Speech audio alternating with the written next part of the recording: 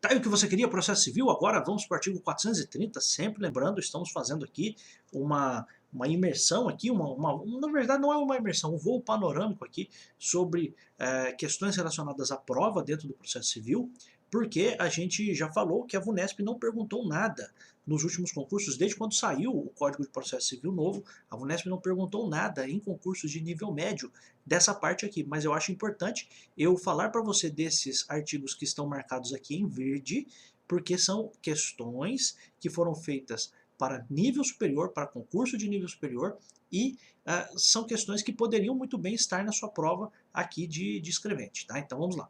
A gente está falando de provas, a gente vai falar agora da arguição de falsidade. Porque veja só, a gente acabou de ver aqui, ó, na parte de provas documentais, né? A gente viu bastante coisa aqui da força probante, né? De como que esses documentos podem provar as coisas, né?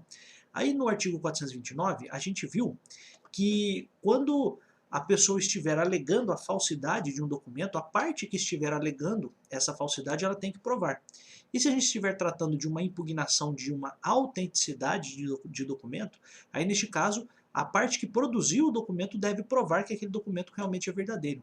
Então agora, falando dessa questão da falsidade, a gente vai tratar aqui da arguição de falsidade. Ó. A falsidade deve ser suscitada na contestação, na réplica ou no prazo de 15 dias, contado a partir da intimação da juntada do documento aos autos. Beleza, tranquilo. Então, falsidade deve ser suscitada. Suscitada aqui é a alegada, tá? Na contestação. Então, nos momentos, entenda o seguinte: a falsidade deve ser alegada no primeiro momento em que a parte tiver oportunidade, seja na contestação, seja na réplica, seja no prazo contado a partir da juntada do documento nos autos. Então, juntou o documento nos autos, eu tenho 15 dias para fazer essa arguição, essa alegação de falsidade. Tá? Parágrafo único. Uma vez arguída, a falsidade será resolvida como questão incidental, salvo se a parte requerer que o juiz decida como questão principal, nos termos do artigo 19, inciso 2º. Bom, isso aqui, essa parte aqui do inciso 2º do artigo 19, para a gente aqui acaba não sendo uma coisa assim muito importante. A única coisa que eu quero que você entenda é a falsidade pode ser resolvida como um tema em paralelo ou pode ser convertida como um tema principal do processo. É isso, tá? Então é isso que o parágrafo aqui está dizendo. Então, o juiz pode considerar a falsidade como um tema paralelo, como um tema incidental, aqui paralelo ou incidental, tá?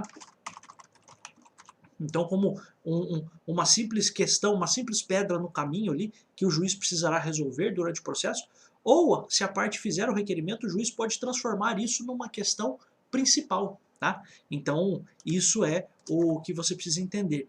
Então, qual é o reflexo disso? Acho que para você que não é do direito, talvez você não tenha essa dimensão. Sabe qual a diferença quando isso é resolvido de modo incidental ou como um tema principal? É a possibilidade ou não de você entrar com uma outra ação para discutir isso de novo. Por isso que essa questão está aqui. Então, você não precisa nem anotar nada disso, tá? É só estou explicando para você o porquê que isso está aqui. Então, no fundo, você pode ter essa questão da falsidade como uma mera questão paralela ao processo. Então, o processo é de divórcio, certo? Então, a ação é de divórcio, a ação é de uso capião. Então, essa é a ação principal. E uma coisa paralela que vai sendo resolvida ali no meio do processo é essa questão do documento falso. Beleza. Agora a parte pode pedir que o processo agora passe a se chamar de ação de divórcio mais ação para declarar se aquele documento é verdadeiro ou falso. Tá? Então isso tem um reflexo quando sair a sentença, tá? E isso tem um reflexo sobre a possibilidade ou não de você rediscutir essa questão. Então por isso que isso está aqui. Tá? Então, mas o mais importante aqui que cai em concurso é o momento para alegar a falsidade. Farsidade não, eu ia falar farsidade. Né? Mas qual é o momento? O momento é qual? Então a pergunta é qual é o momento para alegar, para suscitar a falsidade. Tá? Então esse é o ponto mais importante. E aqui está a resposta, né? Então, na contestação, na réplica ou no prazo de 15 dias a partir da intimação da juntada de documentos aos autos. Mas entenda que a ideia principal é a pessoa que está alegando a falsidade, ela tem que alegar já na primeira oportunidade que ela tiver chance. Se for na contestação, na contestação. Se for na réplica, na réplica.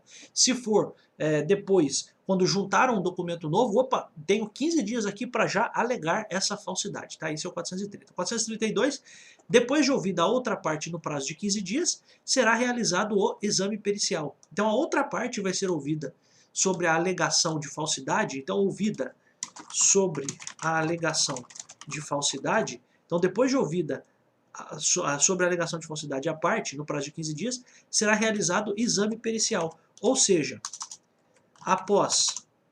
Então, vamos colocar aqui, ó. Após a alegação de falsidade, o documento será mandado para uma perícia do juízo, para que o perito diga se aquele documento é ou não falso, tá? Então é isso que está aqui. E aí o que cai é o prazo de 15 dias para se manifestar. E aí veja só, uma observação: não será feita perícia, então não se procederá ao exame pericial se a parte que produziu o documento concordar em retirá-lo. Olha que coisa. Então, se a pessoa juntou um documento e estão dizendo que esse documento é falso, uma das opções é enviar o documento para a perícia. Outra opção é a parte retirar este documento do processo, com autorização do juiz, claro, né? Então, retirar este documento do processo, caso em que não haverá perícia. Tem aquela coisa, né? Vamos fazer o seguinte, ó, vamos já tirar então para não dar rolo, sabe? Manja essas coisas assim. Então, ó, vamos tirar para não dar rolo porque é melhor, tá? Professor, você tá de ressaca, tá bebendo Gatorade, tá calor, né? Eu suei bastante hoje, então tô me sentindo meio desidratado, então é melhor tomar um Gatorade, tá? Então aqui é o que caiu. Então, sobre arguição, alegação de falsidade, questão importante, quando que vai ser alegado? Então, no momento em que a pessoa tiver oportunidade na contestação, na réplica, ou nesse prazo de 15 dias depois que o documento foi juntado. Beleza. A outra parte vai ser ouvida, tranquilo, não vai ser ouvida se concordar em tirar esse documento. E aí uma questão importante também é essa aqui, que o juiz pode resolver isso como uma questão incidental ou pode resolver como uma questão principal, tá? Também um ponto aqui bem interessante, bem relevante, tá? Então essa é a questão da arguição de falsidade. Beleza, agora a gente vai para a produção da prova documental.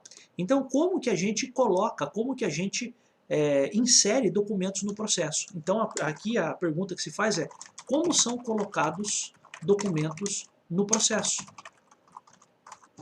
É isso que você vai responder.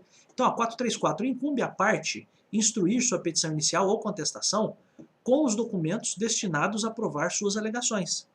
Então você já viu isso, nós já vimos isso lá na parte da petição inicial, que o autor deve propor a petição inicial, fazer a petição inicial já juntando os documentos que são indispensáveis para a sua propositura. Então é isso, ó. A parte deve instruir a petição ou a contestação com os documentos destinados a aprovar suas alegações. Professor, mas e se a gente não tem esses documentos em mãos? Aí você vai explicar isso para o juiz, o advogado explica isso para o juiz, e aí a gente vai para aquela parte que a gente falou nos vídeos passados, sobre o documento que vai ser produzido ou vai ser apresentado por um terceiro. Você lembra disso? Tá? Então essa é a questão. Então você como autor, você como réu, autor na petição inicial junta os seus documentos, réu na contestação junta os seus documentos, está tudo bem, e se você não tiver esses documentos, opa, aí você pede para o juiz para que um terceiro apresente, tá? Esse é o ponto, tá?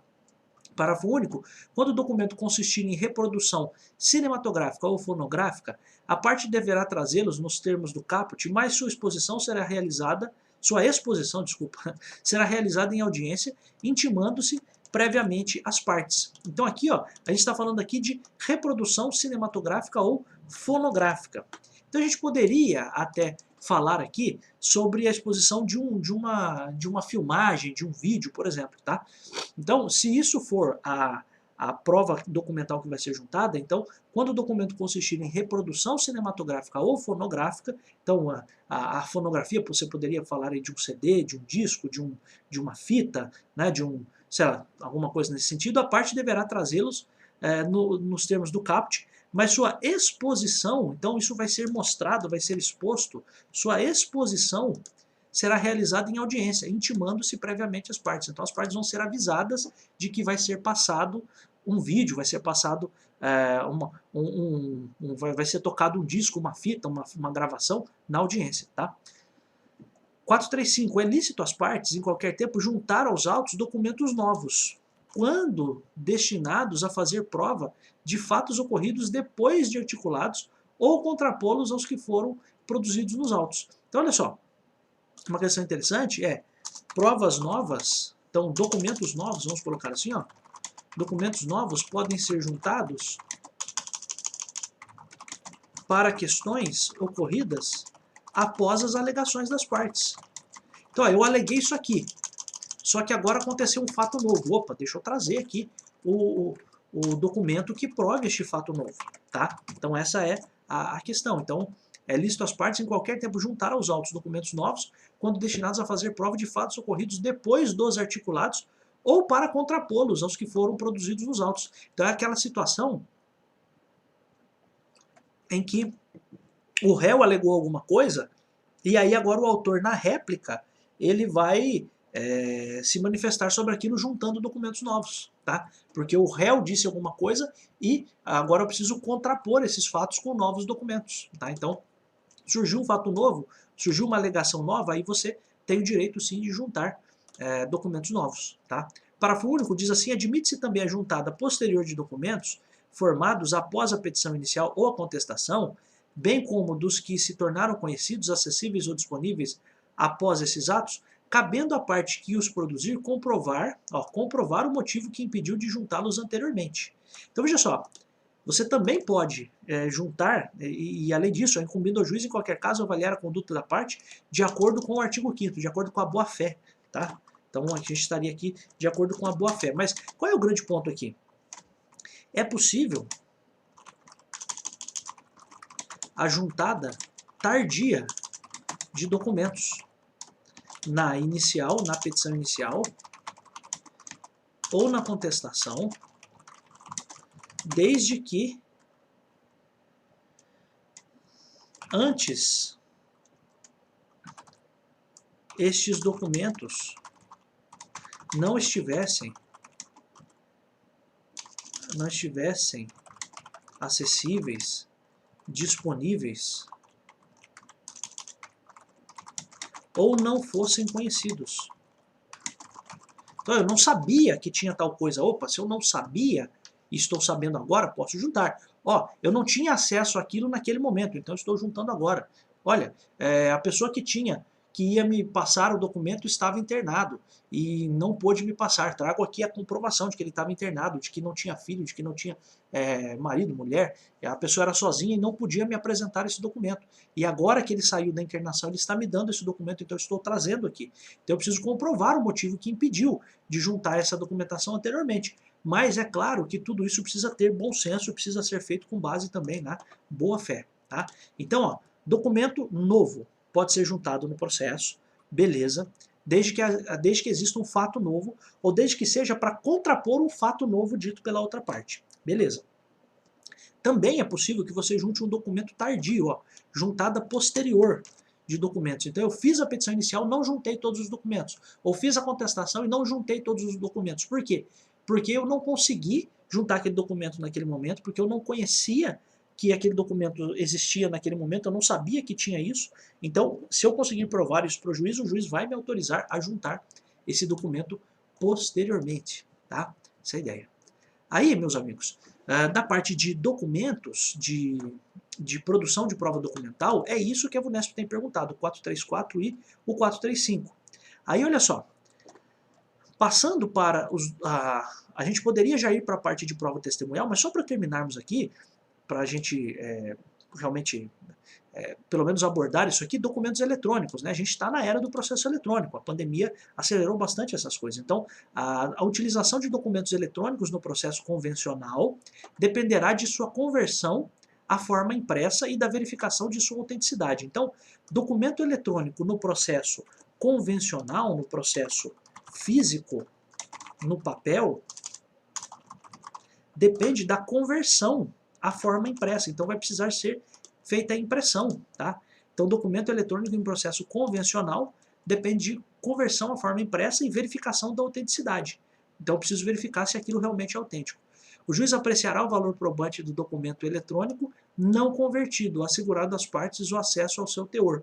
Então, significa o seguinte: o documento eletrônico que não foi convertido para a forma impressa poderá ser apreciado pelo juiz.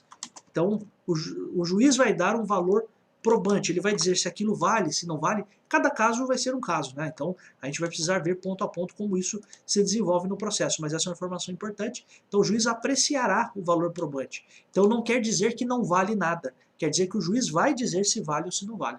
E o 441, serão admitidos documentos eletrônicos produzidos e conservados com a observância da legislação específica. Então, serão admitidos documentos eletrônicos produzidos e conservados em observância com a legislação específica, tá? Mas aqui de documentos eletrônicos, o que me parece relevante, poderia ser objeto de uma pergunta de concurso, embora não fosse perguntado nada disso pela VUNESP, mas como a gente está na pandemia, e claro, a pandemia nem acabou ainda, mas como a gente está ainda neste período de muita transição, pode ser que isso seja um assunto que chame a atenção do seu examinador. Então, documentos eletrônicos no processo convencional, eles podem ser usados. Então a pergunta é possível juntar um documento eletrônico num processo convencional? Documento eletrônico é tipo um documento digitalizado em PDF, sei lá. É possível, desde que ele seja convertido para a forma impressa e precisa ser autenticado, tá? Então esse é o ponto. Meus amigos, eu estou parando por aqui, a gente vai voltar no próximo vídeo já para falar da prova testemunhal. Muita coisa, inclusive, nós já falamos nos primeiros vídeos aqui, quando abordamos algumas questões relacionadas à prova testemunhal. Então, muitas coisas aqui a gente já passou, e os pontos que mais chamam a atenção aqui também, de certo modo, nós até já vimos, mas nós vamos continuar tratando dessas questões. Tá bom? Eu fico muito feliz por estar aqui, agradeço a todo mundo que está aqui no canal, a todo mundo que curte, que comenta, que compartilha, que deixa as propagandas rolarem. Fico muito feliz por estar aqui, eu volto tantos outros vídeos. Sim, eu adoro estar aqui.